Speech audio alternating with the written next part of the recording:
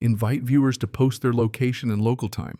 Then slip straight into the story because right now imagine standing on your back deck, clutching a mug of coffee that's gone stone cold, staring at 3 concrete trucks lined up like an invading army.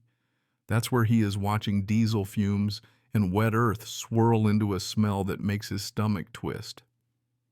The creek that sold him this house, the waterway that gave him blue herons, beavers, and deer, is about to be suffocated under gray sludge. He doesn't even think before he drops that mug, lets it shatter across the deck, and charges barefoot across gravel that cuts into his feet. "Stop this right now!" he yells at the foreman, but the man just waves a clipboard in his face like it's the 10 Commandments. Section 12.3, signed off by the HOA president Veronica Hayes. Beautification, he calls it. Murder is what it feels like. Within minutes, neighbors spill into the yard, voices overlapping in a chorus of disbelief. A retired engineer actually plants himself in front of a truck with his walker, a modern-day David with arthritis. Across the street, someone is frantically Googling statutes and shouting them into the chaos. Children cling to their mothers asking why the fish are being killed, and he realizes he has no answer that makes sense. Then the white Mercedes glides up and the crowd hushes. Veronica steps out, sunglasses gleaming, a designer suit sharper than broken glass, moving like royalty annoyed by commoners. Her heels click against the pavement as she unfurls HOA bylaws from her leather folder, savoring every legal syllable. Approved at last year's annual meeting, she announces, as if that ends all debate. His fury gets the best of him. Approved by who? The fish you just killed slips out before he can stop himself. For a split second, her knuckles whiten on that folder, betraying that maybe she's not as invincible as she pretends. By nightfall, the first 100 feet of the creek are a gray tomb. He digs through HOA records with the rumble of cement trucks as his soundtrack, and what he finds is worse than he imagined. Meeting scheduled at 2 p.m. on weekdays with 3 attendees, Veronica and her 2 puppets rubber stamping whatever she wanted. The bylaws demand 20% attendance, but somehow this is deemed legal. Historians still argue whether bureaucracies breed corruption by accident or design. Standing in his driveway, staring at the sunset over the scar that used to be a creek. He's pretty sure it's both. His neighbor Tom mutters the kind of warning that sticks in your bones. People who've pushed against Veronica before either vanished in the night or moved away without farewells. The word move sounds less like relocation and more like erasure. So he heads to City Hall, that labyrinth where arrows point you in circles and elevators never land where they should. The permit clerk goes pale at the name Willowbrook Estates, stammering that she has to find her supervisor, then fleeing like he'd announced a ghost in the lobby. When he finally pries documents loose, the signatures are all wrong, fast-tracked in 72 hours. When the process takes a month, waivers signed by Veronica's brother-in-law, environmental inspections, rubber-stamped with no site visits. And those orange clay deposits in the creek bed, they don't belong there unless someone has already been digging upstream. His phone camera fills with evidence, each photo another nail in the coffin of whatever truth she's hiding. That evening, his neighbor Sarah whispers like a spy, saying she saw lights down by the creek at 3 a.m., workers moving too fast to be legal. It's clear this isn't just bad policy, it's a chess match, and Veronica is already 3 moves ahead. The cease and desist papers arrive during dinner, shoved into his hands by a process server while his daughter watches wide-eyed from the stairs. A $100,000 threat from the state's most expensive law firm demanding he delete every post about the creek. His wife goes pale, gripping his arm as though physical pressure could stop the legal avalanche. He forces a smile for their daughter, but inside he's breaking. By morning, glossy brochures arrive in the mail. Willowbrook Commons, your new community gathering space, complete with fake drawings of happy families where the creek once ran. It burns his throat like acid. Tom summons him to his basement, which turns out to be less a hobby space and more a private archive museum. Decades of maps, photos, and blueprints wallpaper the walls. He learns the creek isn't just decorative. It's an engineered drainage artery that prevents catastrophic flooding for dozens of homes. Tom's finger traces the old storm photos time and again. The creek saves the neighborhood. And the luxury section where Veronica lives, built on unstable landfill and old quarry disguised under topsoil. Engineering reports even warn that blocking water flow could cause catastrophic ground failure, she knows Tom says bitterly. But who believes an old man's basement collection over a president with city connections? Then he shows the folder labeled simply J. A neighbor who once fought Veronica over a fence whose house burned down in a suspicious electrical fire. Funny how electrical fires rarely leave witnesses. He plants a hidden recorder under the HOA conference table before the next board gathering. From a maintenance grate, he listens as Veronica toasts with champagne. Phase 2 activates once the poor's houses flood out.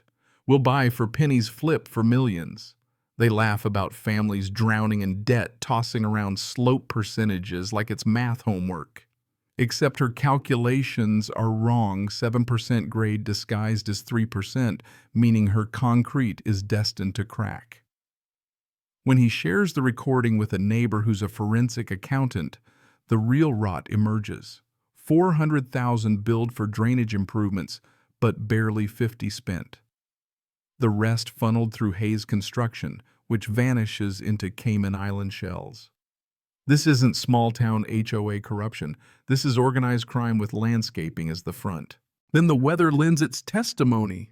A mild storm swells, basements floods, Elm Street leaves 3 homes condemned with yellow tape across their doors.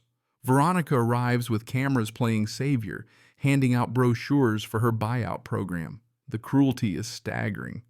The construction foreman meets him at a dive bar, hands shaking as he gulps whiskey. No rebar, no drainage, no foundation. We poured sludge straight onto soil, he mutters. When real rains come, it'll shift.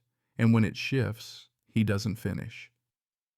The next morning, the man's apartment is stripped clean like he never existed.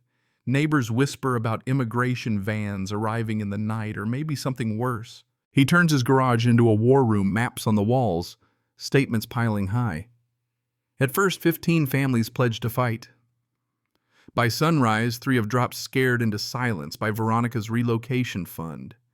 Easy cash, strict non-disclosure, 30 days to vanish. Fear spreads faster than mold. But then another widow appears at his door, pressing a storage device into his hand with trembling fingers.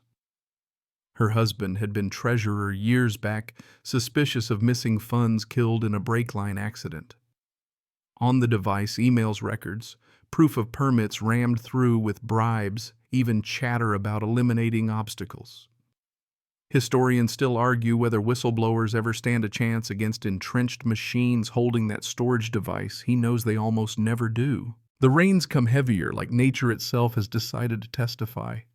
Luxury lawns sprout brown patches that spread like disease. Pools leak thousands of gallons into invisible veins below. Driveways crack like spider webs. Sulfur stinks rise from storm drains. Veronica still hosts dinner parties, still parades her empire in couture gowns until her marble foyer splits in 2 before 50 horrified investors. Her wine cellar floods first, then her road, then her reputation as water surges from beneath like a secret set free. Guests flee through knee-deep water while mosquitoes swarm like biblical punishment. Veronica pounds on his door at midnight, mascara-streaked, screaming he sabotaged her with fountains. He simply lays out her signatures, the very approval she gloated over, spread like playing cards under porch light. Police separate them, and for once, she isn't the one holding the power. Federal inspectors descend with marshals and hazmat crews, permits voided, coverage revoked, lawsuits multiplying faster than floodwater. Her allies turn cannibal, pointing fingers in lawsuits of their own. Her luxury hilltop dissolves into a swamp, methane bubbles burping up through poisoned soil. The EPA brands the entire section a hazard zone, and insurance companies laugh her claims out of court. Within days, her name becomes shorthand on the news for HOA corruption, Hayes concrete catastrophe flashing across helicopter footage. Tom is voted HOA president in an emergency session, the bylaws rewritten to demand 75% attendance. The lower section is exempt from repair costs, while the luxury hill must pay millions for its sins. Yet she still tries one last gambit, a lawsuit accusing him of engineering the flood with his fountains.